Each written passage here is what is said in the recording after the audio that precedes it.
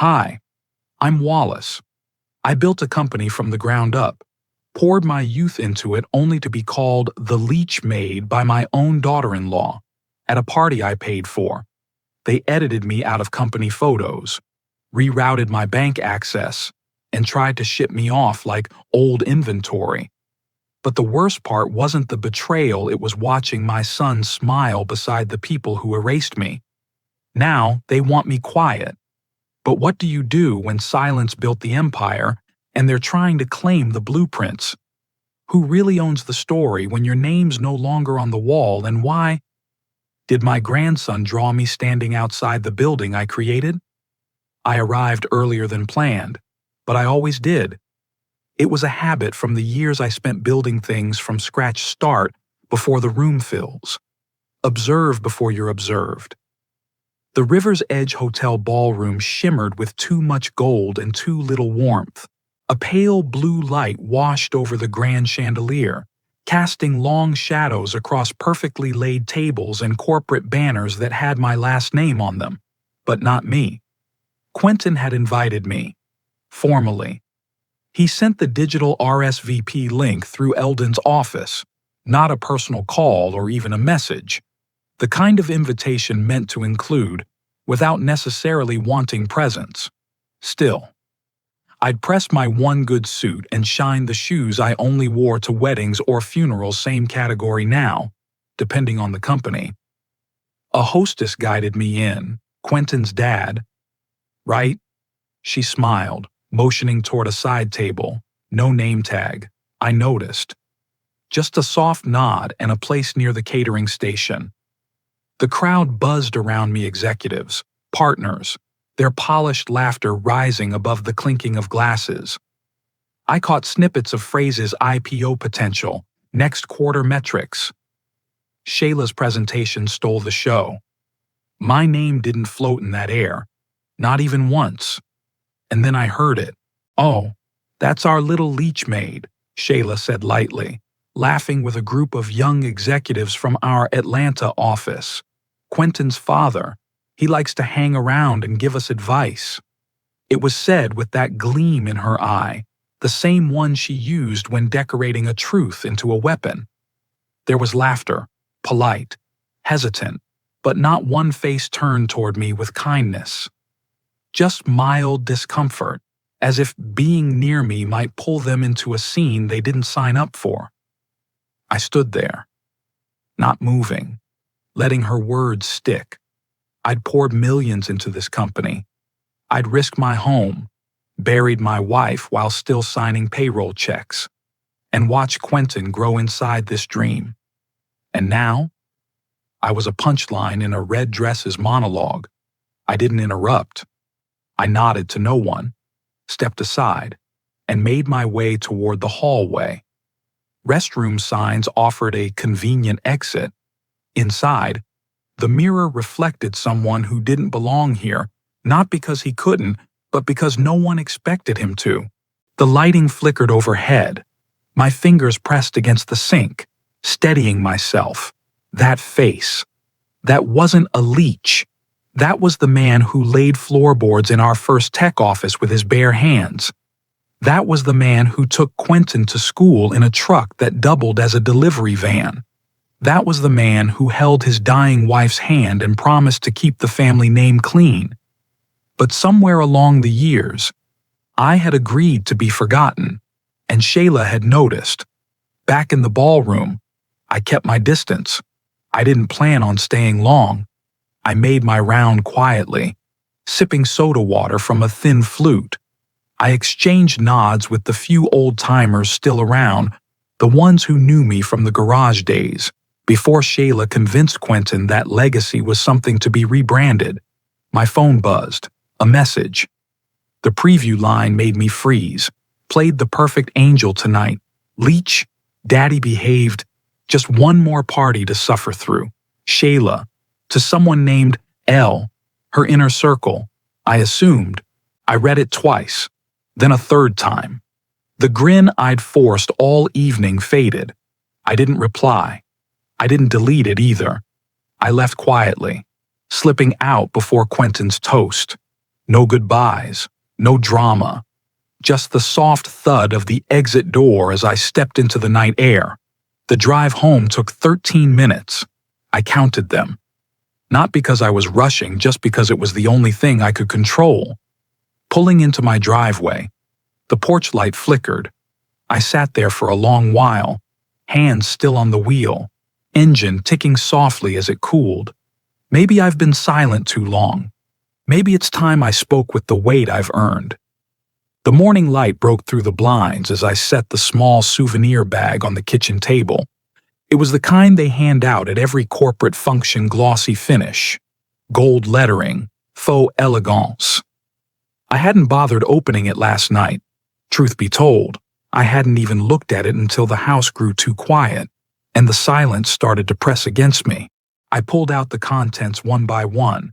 A brochure with Quentin's face in the executive panel section, a coffee mug with the company's new logo, sleek, modern, missing the grit it was born from. Then came a crisp envelope with my name handwritten in black ink. Inside was a name tag, Mr. Wallace Gellhorn, guest of Quentin. The font was fancy, decorative, but below that, in smaller print, a label that didn't belong former maintenance staff. For a moment, I thought it had to be a mistake. Then I realized, no, this was precise, cold, deliberate, maintenance staff. I stared at it until my hand trembled, then placed it face down on the table. There was nothing accidental about that line. It was a rewrite, a silent removal of everything I had built. And the worst part, I'd let it happen. I slipped on my coat and stepped outside. The spring air was sharp enough to sting, but I needed to move. I started walking down the block, past the Carson's place where Mr. Carson was watering his tulips, nodding politely as I passed. Around the corner, I saw old Mrs. Lieberman talking to her daughter, laughter echoing. Couples my age being acknowledged, remembered, cared for. A jogger slowed as he approached. "Hey, do you still do repairs? I think I've seen you at the green condos on Main." I gave a tight smile, shook my head. "No, not anymore." He shrugged, mumbled something about retired tradesmen, and ran off. That was how thin memory had become. I wasn't the man who built a company. I was the handyman you call when your faucet leaks. I kept walking, slower now. Back home. I barely had time to hang up my coat before I heard a car door close.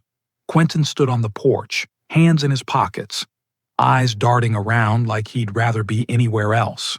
"Hey, Dad. Got a minute?" I let him in. The living room felt too big for the both of us. He sat down like a man rehearsing lines. "So?" Shayla and I were talking. And we thought, maybe it's time you considered getting a bit more professional care. Just a thought. He pulled a brochure from his coat, Sunrise Palms. It's got great reviews, on-site nurses, independence, everything. I took it without speaking. He kept talking. "Just think about it. You've earned some rest. They even have game nights." I flipped the brochure. There, on the back, was a pre-filled section with my name, birthday, insurance provider. "Already typed in?" "You filled this out?" I asked. He looked away. "Shayla handled most of it, just to be ready. In case." "In case what?" My voice didn't rise. It didn't need to. He cleared his throat. "In case it gets harder for you to manage. You've been alone a long time." He left shortly after. No hug, just a quick pat on the arm like I was an aging pet. The door clicked behind him. Later that day, I went in for my scheduled blood pressure check. Routine. In and out. But the nurse paused when she pulled up my file. "Oh, Mr. Gellhorn, looks like your room preference was changed. You're now listed for shared accommodations." "What? Since when?" She clicked a few times. "Adjustment filed last week. Under family request code. Your son's signature is already on file. I didn't argue, didn't yell. I thanked her, waded through the checkup, then walked out slower than I had walked in. Outside the clinic, I sat on a cold metal bench. The brochure was still in my coat pocket. I pulled it out again, reading the glossy promises. No mention of erasing the man you used to be. They're planning my exit. I pulled out my phone and scrolled past every familiar name until I found the one I hadn't touched in years. Eldon Pfeiffer. I tapped it. Lunch with Shayla wasn't in any of my plans, but I was done eating from her plate. That morning, I was still nursing the weight of her text, the brochure, and Quentin's polished suggestion to ship me off to Sunrise Palms. I stood at the kitchen counter, staring into my untouched cup of tea. When the doorbell rang, I wasn't expecting anyone, and that usually meant salesman or someone lost. But when I opened it, I saw a pair of familiar sneakers and a mop of hair I could spot from a mile away. "Grandpa," Owen said, holding a wrinkled paper bag. "Mom made muffins. She said you like blueberry." I stepped aside, motioning him in, heart softening at the gesture. Owen walked with that uneven bounce kids have when they're trying to be respectful but still carry too much energy. As he sat down, he dug into the bag and pulled out a folded brochure. "Found this in the car. From the party. Want to keep it?" He handed it to me like it was a drawing, a treasure. I smiled and took it. "Thanks, Bud." As he munched on a muffin, I opened the brochure. It was glossy, well-designed. Faces beaming, banners flying. There was a section labeled "Our Founders" with an old black and white photo. I recognized the table, the room, the moment. It was a photo from the early days, our 10th anniversary. To be exact, I could still recall how we'd barely managed to cater that event. But something was wrong. Robert's name was there, front and center. Next to him were Quentin and Shayla, listed as current executives. The caption below read, "From humble beginnings, led by visionaries." I kept scanning.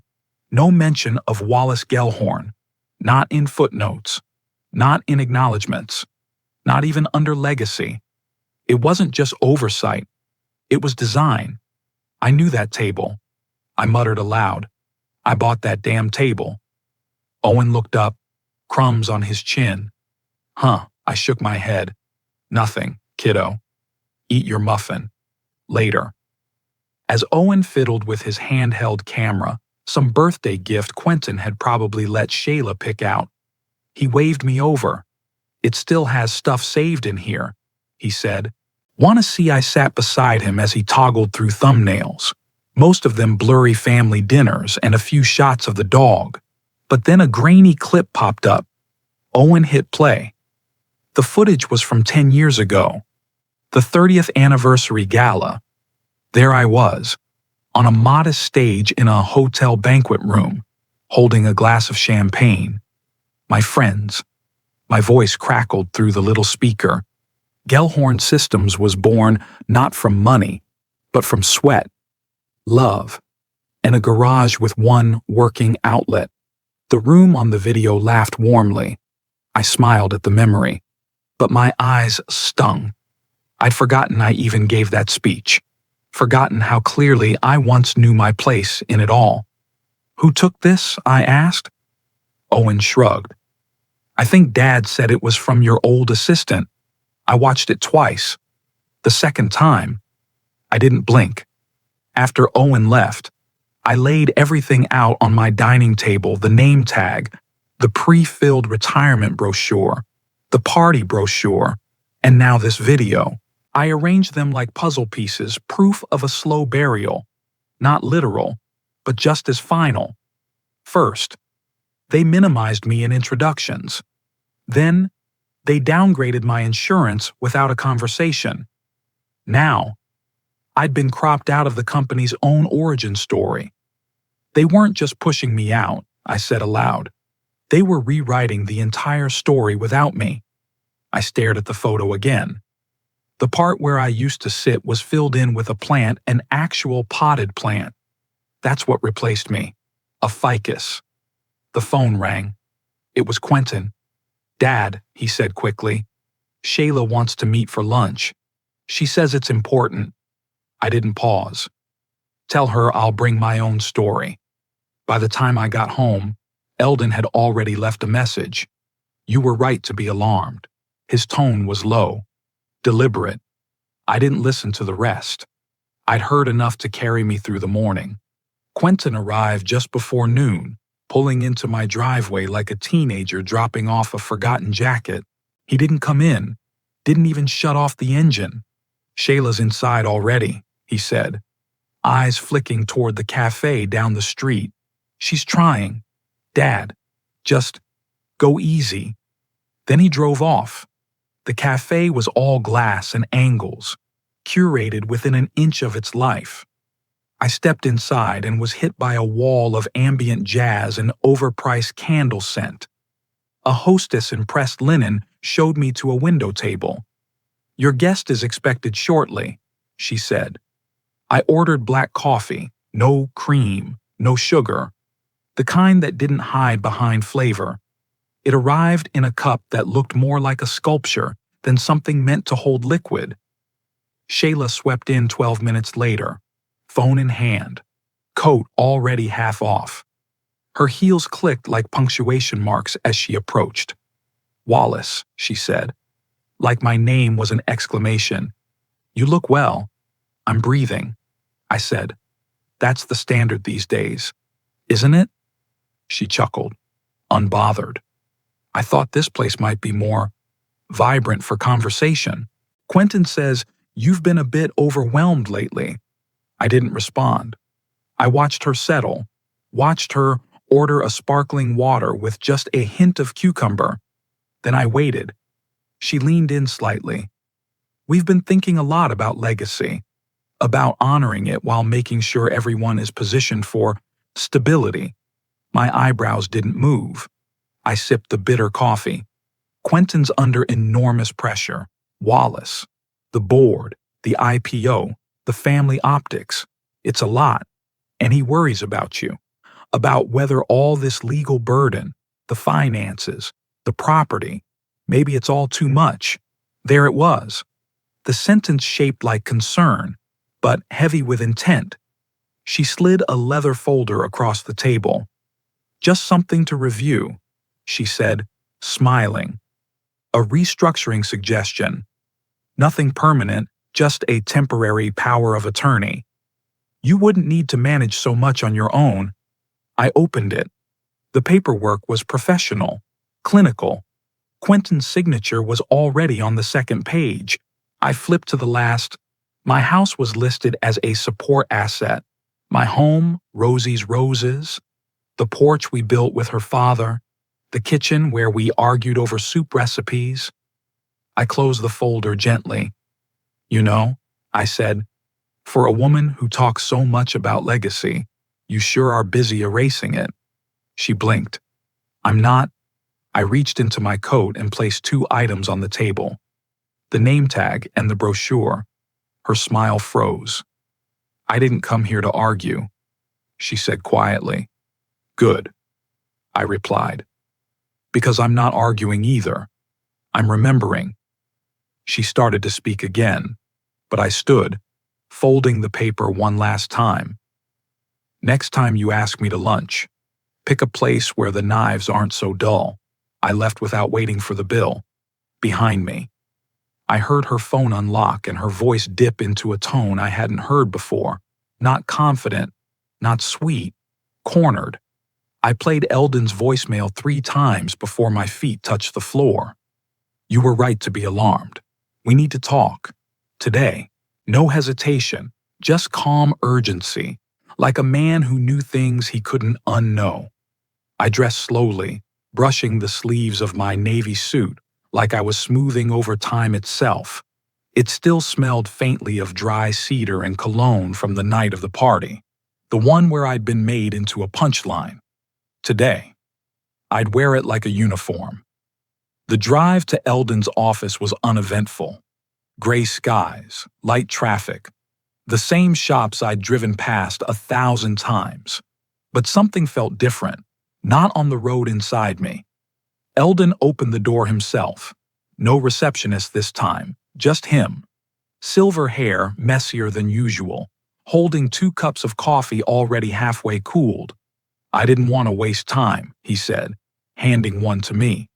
We sat across from each other. No pleasantries, no talk of weather. He reached into his desk drawer and pulled out a thick folder, the kind sealed with wax back when that still meant something. "This was in your wife's records. We kept it safe all these years." He opened the folder, revealing notarized documents, signed pages in my wife's elegant cursive. Eldon tapped the final summary sheet. "You still own 53% of Gellhorn Systems. Voting shares. Full authority." I blinked. "You never gave up power, Wallace. You just let them pretend you did." I stared at the paper, not trusting my hands to hold it steady. It was all there, clear as sunlight, not just legacy leverage. "There's more," he said, pulling a slim envelope from a separate drawer, postmarked 3 weeks ago. "I meant to give it to you sooner, but..." I recognized the return address immediately. Ramona Ellery, my wife's old colleague from the early years. She'd stood beside us at our first pitch presentation, loaned us furniture when we couldn't afford chairs. Inside was a single letter, handwritten. I overheard a conversation between Shayla and a board member. She wrote, "They're calling it a brand realignment, but what they're really doing is rewriting your family right out of the company. No tribute, no trace." My fingers gripped the edge of the page. I could feel the weight of it settle into my chest. So this was their strategy. Erasure dressed as progress. Back home, I stepped into the garage. It smelled of oil and memories. Dust coated every surface, but the shelves still stood.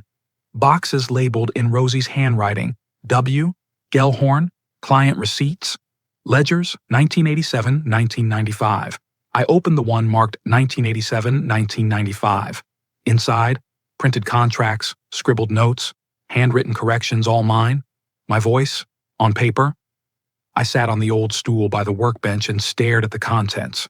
Not relics, evidence. Maybe I'd let them talk too long. It was time to let the paper speak. My fingers found the phone, dialed the number scribbled on the back of Ramona's letter. She answered on the second ring. "Ramona, it's Wallace. I need to ask something important." A pause. Not hesitation readiness. "Are you willing to testify?" Another pause. Then "I've been waiting for this call. Wallace." The next morning came with clouds pressing against the windows. The kind of morning that didn't offer answers but made you dig for them. I sat at the table in Eldon's home office. The same folder in front of me, the one Shayla had slid across the cafe table with a smile so smooth it should have come with a disclaimer. Eldon flipped pages with a lawyer's precision, his mouth a firm line until he stopped midway. "Here," he said, pointing. "Quentin's signature is real, dated last month. But this..." He held up the scan page behind it. "This isn't your signature.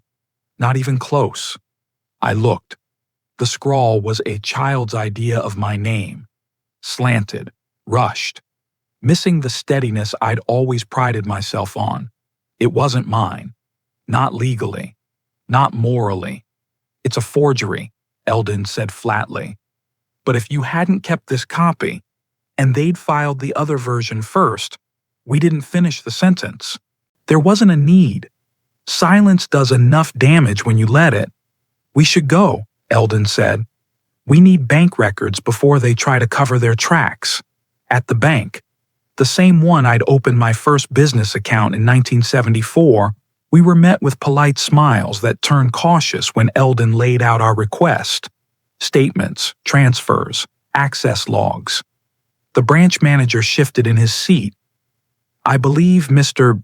Quentin Gellhorn made some changes last month. Something about simplifying joint access." Eldon leaned forward. "He's not the account holder, not the originator. This account predates him." The manager hesitated. He presented paperwork, said it was for the family's benefit. "I'm the family," I said, "and I didn't sign off." Eldon produced a letter. "This is a formal fiduciary conflict request. You're now obligated to pull the last 90 days of activity and flag any out-of-pattern behavior." The manager nodded, typing quickly. "It'll take a few hours." "We'll wait," I said. Back at Eldon's office, we began paperwork for a temporary injunction, just enough to freeze the family-related accounts until we could verify everything. "This won't stop them permanently," Eldon warned, "but it buys us time. Then let's use it." He pulled out a fresh notary sheet. "We'll need your real signature. Witnessed, sealed."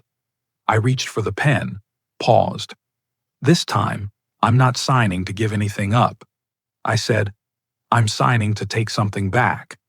I pressed pen to paper and wrote my name the way I always had: steady, exact, mine. That night, I found myself in the garage again.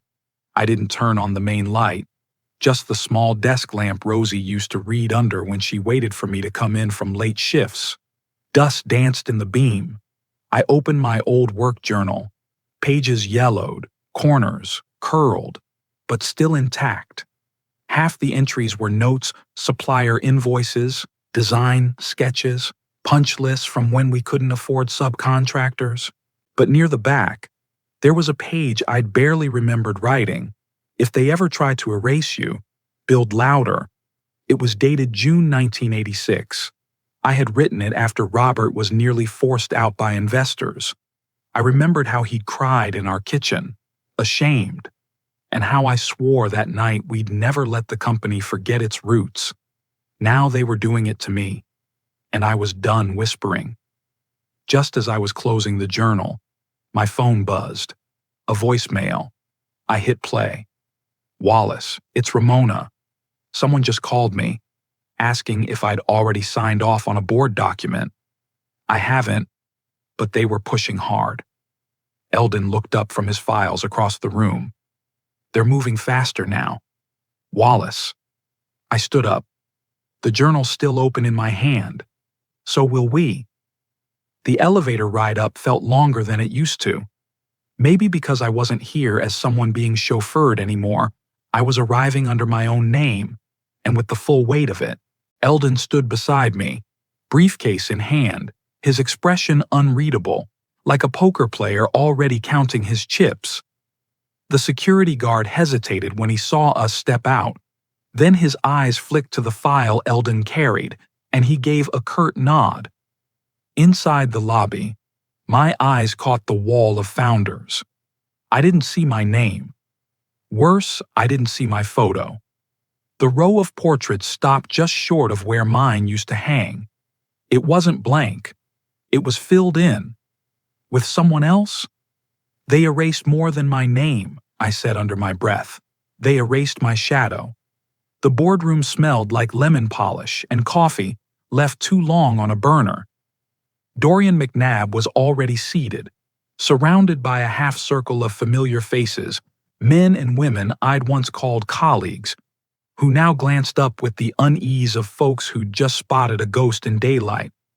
Eldon sat beside me, his presence justified by a legal advisory slot still active under corporate charter. I didn't say a word yet. McNabb cleared his throat and stood. "Today's motion dissolution of legacy advisory roles, reallocation of voting proxies to streamline operational direction in line with contemporary governance." I let the words land. Dull, heavy, legalistic, just like they wanted them, cloaked in concern, but carrying knives. He continued, "This will?" I interrupted. My voice didn't rise. It cut. "Before we proceed, let's revisit the matter of authority. Specifically, who holds the right to motion for dissolution of a title established under protected trust silence. I looked to Eldon, who opened the folder and laid a crisp document on the table, notarized, certified, signed in ink older than some of the interns they probably used to rebrand the company. This, Eldon said, is the original founding trust. As of this morning, it remains intact. Mr. Gellhorn retains 53% controlling interest under Clause D17, which overrides this board's ability to reassign legacy roles without his signed consent. A sharp inhale came from McNabb's left. Someone dropped a pen. Even McNabb's jaw stuttered before he recovered and began flipping pages. It's outdated. The bylaws were never amended. Eldon cut in. And your own filing from last quarter confirms reliance on original legacy documentation for shareholder audits. I stood, slowly. My knees didn't make it easy. But damn if the room didn't shift when I did. You wrote me out of the brochures, I said, placing the new print materials in front of them. Founder, Robert Kennedy. Legacy, Quentin Gellhorn.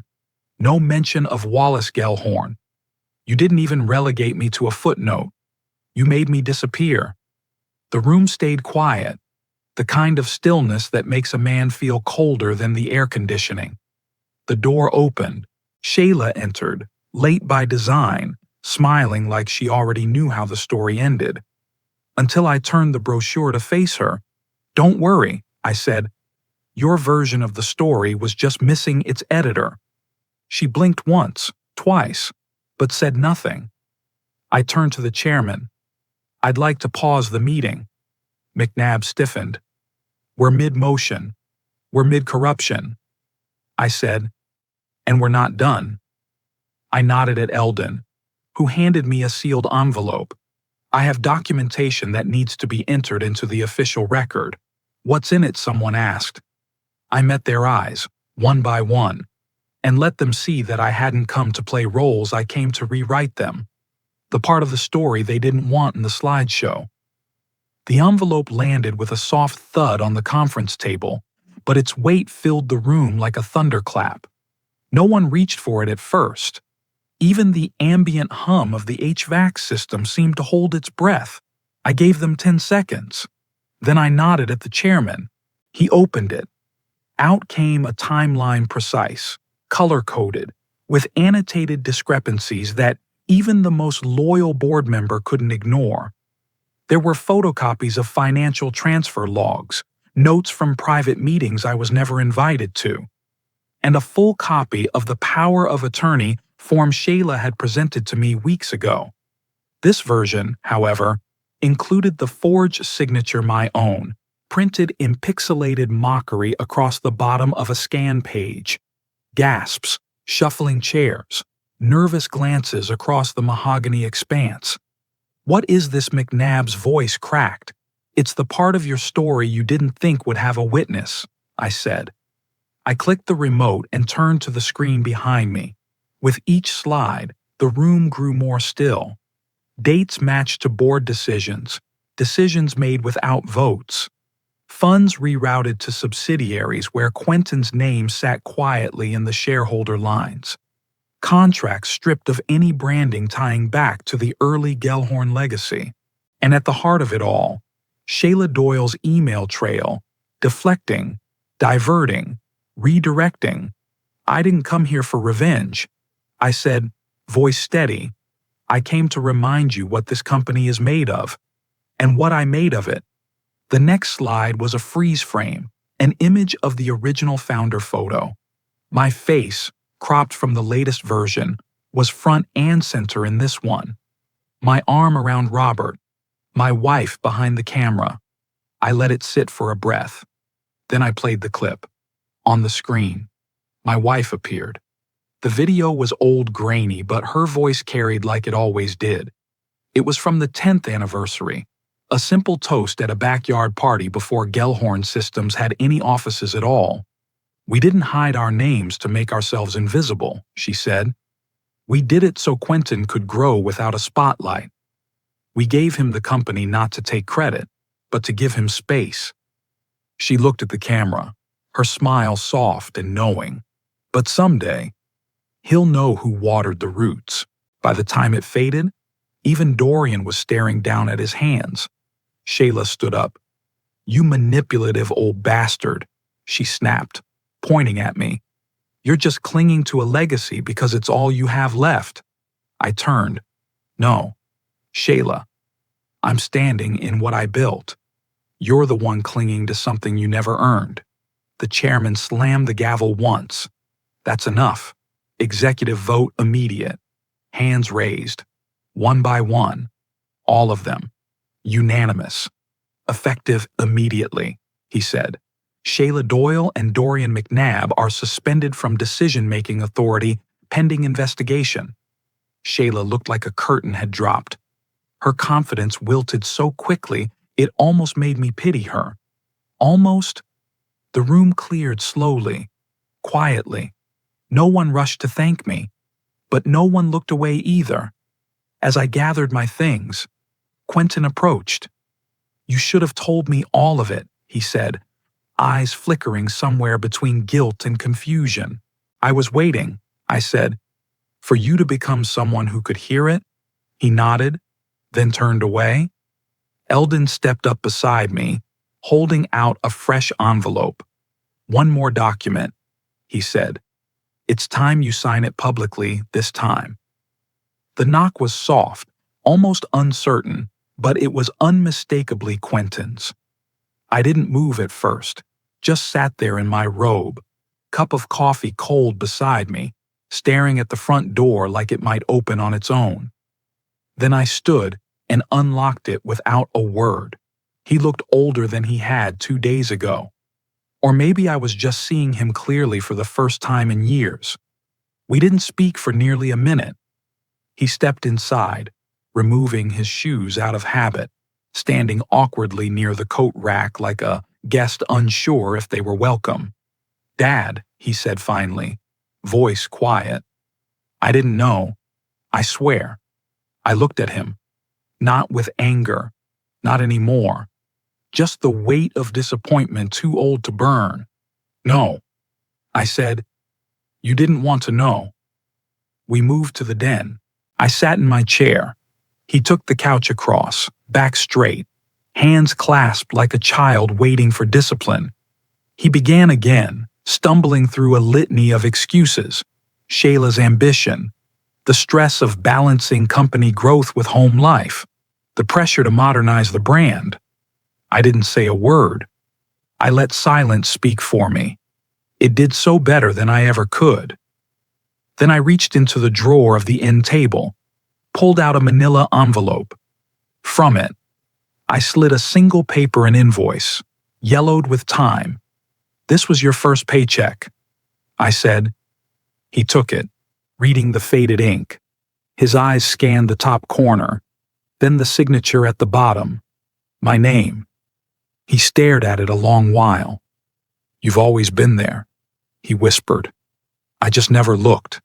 I nodded once. We sat there as morning light angled through the blinds. "I waited all day on my last birthday," I said.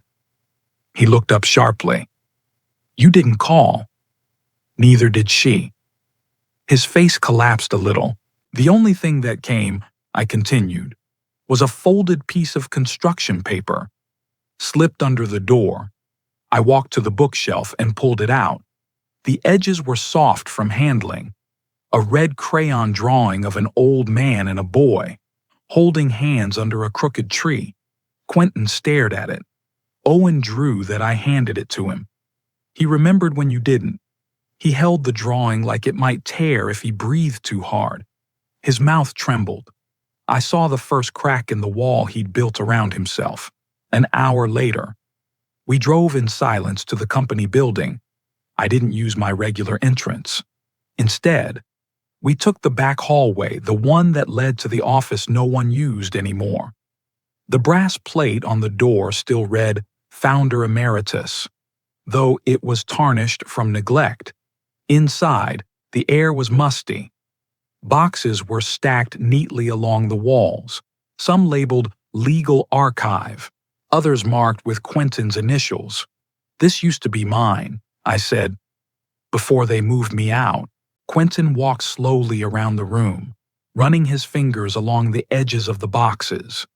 He stopped when he saw the one labeled QG, College Plus Photos. He opened it. Inside were tuition receipts, scholarship letters, and framed snapshots from every school year.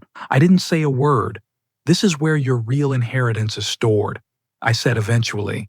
He looked up, eyes damp. "I want to make it right." I gestured to the other boxes. "Then let's start by cleaning this room together." We moved slowly at first, years of history tucked away, one memory at a time. Then Quentin reached for a box wrapped in red tape. It had no label, no date. "What's this one?" I froze. "That's the one your mother never wanted opened," I said quietly. "Until now." Quentin's fingers trembled slightly as he sliced through the brittle red tape. The box, dusty from years tucked away, gave off the faint scent of cedar and thyme. Inside, nestled among folded yellowed pages and neatly bundled envelopes, lay a leather-bound journal. My handwriting marked every inch, slanted lines, smudged corners, coffee stains where hope once spilled during overnight meetings. Quentin lifted it gently, as if any sudden move might fracture the memory contained within. He didn't speak as he opened to the first page. His eyes scanned the lines slowly. Lips parting with each dated entry, he whispered aloud. "Slept under the desk again. Shayla thinks I'm obsessed. Maybe I am. But someone's got to believe in it." He flipped again. "No dinner tonight. But the prototype worked. God, let this be worth it." I didn't interrupt. I couldn't. Watching him discover the man behind the father, the human beneath the title, left something warm and raw lodged in my chest. He reached the last page and looked up. "You never told me." "I tried," I said softly. "But you had other voices in your ears." Later that afternoon, we returned to Gellhorn Systems. The same lobby, the same sterile lighting, but this time, Quentin walked ahead. He paused at the founder's wall still void of my name and turned to me with a nod before stepping into a nearby office. I stayed back, hands folded behind me, letting him take the lead. From where I stood, I could see his silhouette through the frosted glass, gesturing with quiet intensity as he spoke with the chairman. I recognized the fire. It was the same one that used to keep me up at night with a pencil behind my ear. Inside the boardroom, I faced the directors again, this time not as an adversary, but as a reminder. In my hands, the journal rested like an old friend. I didn't recite accusations or rehash betrayals. I simply read one passage. January 3rd, 1982. "Power's out again. Quentin's got a fever. I'll sleep here and head home at sunrise.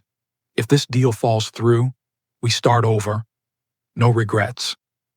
I closed the book and handed it to the chair. This isn't about reinstating my name.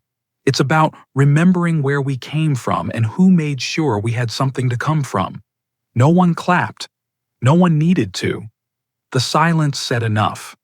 That evening, I returned home to find an envelope in the mail. Inside was a photograph. No, a rendering. The founder's wall. My name, finally etched in steel, sat above the company's mission statement. Folded beneath was a drawing. Owen's unmistakable crayon line spelled, "Thank you for building it," above a shaky sketch of me holding a wrench in one hand and a heart in the other. I pressed the paper to my chest and exhaled slowly, as if I'd been holding my breath since 1980. As the sun sank beyond the porch, casting amber hues across the railing, my phone buzzed. A text. "They want to name the new leadership program after you." I stared at the screen, thumb hovering. Then I set it down, leaned back, and took a slow sip of tea. Maybe this time, I wouldn't stay in the shadows. The morning sunlight felt different on my face when Quentin stood at my door. He'd asked me over last night, and when I opened it, I recognized the man before me, tired, remorseful, but earnest. Shayla was gone, and separation papers rested unsigned on his kitchen table. He looked at me quietly and said, "She was never going to build anything, only decorate over what was already built." I simply nodded, the weight of those words settling between us. Later that day, I drove to Owen's school. The little playground echoed with laughter, but Owen stood alone under a maple tree, clutching his backpack. He saw me and ran over, hugging me tight. We settled on a bench beneath the branches, and he looked up with those big, curious eyes. "Grandpa," he asked softly, "why were you missing from the picture wall at work?" I sighed and placed a hand on his small shoulder. "Some people forget who helped them climb," I began. Owen frowned, scanning my face. "But I never forgot you." I reached into my coat pocket and pulled out a crayon drawing he'd given me a few years back. Little me, standing between a tree and a tall building. Owen's face lit up. "I drew that on your birthday," he said. His innocence gave me a quiet joy I hadn't felt in weeks. Back at home, I found a voicemail waiting. It was Ramona. She'd heard the board had restored my emeritus title. Her voice trembled a bit. "I never wanted this to be about revenge." I set my mug down, the tea still warm in my hands. Neither did I. But some truths don't knock, they kick the door down. I left a quiet pause, a softer answer than she expected. That evening turned golden as I sat on my porch step, my rocking chair pushed aside. The founder's plaque hung now in my study, away from any public hall, a personal victory, not a trophy. I held a letter from an intern at the company. "Thank you for building something we can believe in." I read and reread it, folding the paper gently before slipping it inside my wife's old cookbook. It felt like passing a torch to someone who'd never known its flame. Twilight fell as the front door creaked. Quentin stepped in with a worn backpack and hesitant eyes. Would it be all right if I came back tomorrow? With Owen, he asked quietly. I nodded, motioning to the empty rocking chair. He sat, I said calmly, "Tomorrow," and paused, studying his face. "Bring your questions. I'll bring the stories." Outside, the dusk deepened behind us, soft and full of promise. We would begin again, rebuilding not the company or the past, but trust. The event hall buzzed with muted excitement. Glass doors opened to a crowd that didn't know they were gathering for a man they'd once left out of the slideshow. I sat near the back, hands folded, not seeking attention. Just being there was enough. Quentin walked on stage. He didn't look for me first. He looked at the chair beside him. The engraved plaque shimmered under the spotlight. "We're not here to rewrite anything," Quentin began. "We're here to restore what was always there." He motioned for me to come up. The applause wasn't thunderous. It was warm, sustained. They didn't ask for a speech. They offered me a chair, heavy oak, initials W, UEG, carved beneath the founding year of Gellhorn Systems. Quentin stepped close, whispered, so only I could hear. "This isn't a spotlight. It's a seat that was always yours." After the applause faded, we walked together through the lobby. For once, I didn't glance toward the founder's wall. Quentin did. He looked at it longer than I ever had. "She's gone," he said quietly. "And I'm sorry it took that to see it. I'm not here to celebrate her absence." I told him, "I'm here because you chose to open the box instead of locking it tighter." He stopped in front of the elevators. "I want to tell Owen everything, but I don't know how." You don't need to know yet, I said. You just need to be willing. That afternoon, I picked Owen up from school. His backpack bounced against his spine as he ran toward me. Did you see my drawing at the ceremony? He asked before I could even buckle his seatbelt. I did, I said, but you didn't tell me there were more. At home, under the old maple tree. He opened a shoebox stuffed with papers. These are the stories Grandpa never told. He explained. Crayon drawings, each labeled in careful handwriting. One showed me hammering beams while others sat inside a house. That one's called Grandpa's Real Job. I looked at the scribbled smile on my face, the bent nails, the sweat dots drawn like stars. You got the nails wrong, I joked. Yeah? He shrugged. But I got the heart right. I pulled him into a hug not because I needed comfort, but because he did. Later that evening, I sat on my porch with a glass of sun-warmed tea. The founder's plaque from the company rested on a shelf inside, just above the old photo of Marlene and me taken in front of the garage we built it all in. I hadn't returned the plaque. I didn't need it on a wall. I needed it here, where legacy was real and reachable. In the mailbox that day, I'd found a letter from a young intern at the company, handwritten, folded with care. Thank you for building something we can believe in. I tucked it gently into Marlene's cookbook between the pages that still smelled of cinnamon and burnt toast. The sun sank low, casting a long shadow across the porch. I ran my fingers along the armrest of the new chair, the one they gave me at the ceremony. Solid, quiet, unmoving. A text buzzed on my phone. It was from the chairman. They want to name the new leadership program after you. I didn't reply. I set the phone down, took another sip of tea. Owen ran out from the house, barefoot, waving another drawing. I made a sequel, he shouted. I smiled faintly. They called me a leech, but I was the one who planted the roots. And now that the tree has grown tall, I finally get to sit beneath its shade. I closed my eyes, the drawing resting on my lap, the day folding into dusk.